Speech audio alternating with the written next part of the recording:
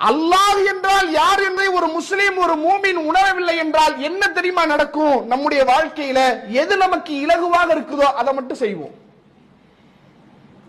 தொழுகை, உதாரணத்துக்கு தொழுகைங்க, தொழுகிறதுனால எனக்கு எந்த கஷ்டமும் இல்லை, தொழுகிறதுனால எனக்கு எந்த இழப்பும் இல்லை, எந்த நஷ்டமும் இல்லையா, அதுல எந்த பிரச்சனையும் வராது, அது பாட்டு போய்கிட்டே இருக்கும். நோம்பு வைக்கிறதுனால எனக்கு எந்த இழப்பும் இல்லையா, நஷ்டம் இல்லையா, அது பாட்டு போய்கிட்டே இருக்கும். எந்த நன்மையை நான் செய்யும் போது எனக்கு இழப்பு ஏற்படுகிறதோ, கஷ்டம் ஏற்படுகிறதோ, சிரமம் ஏற்படுகிறதோ, ஒன்று அந்த நன்மையை செய்வதற்கு நான் யோசிப்பேன், இல்லை என்றால் அந்த நன்மையை நான் செய்ய மாட்டேன். எப்ப? அல்லாஹ்வை புரியாட்டி. நான் சொன்னது யாரு? இது எனக்கு கஷ்டமா இருக்குதோ, பாரமா இருக்குதோ, சிரமமா இருக்குதோ, சொன்னது யாரு? ரப்பாச்சே, இறைவனாச்சே.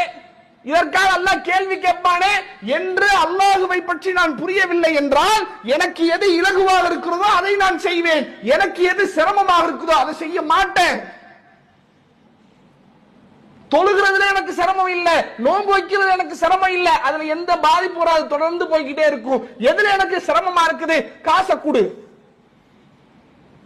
சம்பாதிச்ச காசுல தர்மம் கொடு, அள்ளி கொடு, ஏழைகளுக்கு கொடு, வறியவர்களுக்கு கொடு, அண்டை வீட்டார்களுக்கு கொடு, சகோதரர்களுக்கு கொடு, எல்லாத்துக்கும் எடுத்து கொடு. இவன் நினைப்பான், என்ன எல்லாத்துக்கும் எடுத்து கொடு, எனக்கு வேணும்ல, அவனுக்கு கொடு, இவனுக்கு கொடு, கொடு கொடுன்னா எனக்கு வேணும்ல. இப்ப என்ன பண்றது? கொடுக்கவும் வேணும், எனக்கும் வேணும். என்ன பண்ணலாம்?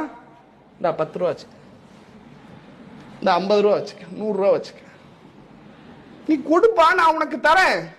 காசை கொடு, கொடுத்தால் உன்னுடைய பொருளாதாரம் குறையும் நீ நினைக்கிறியா?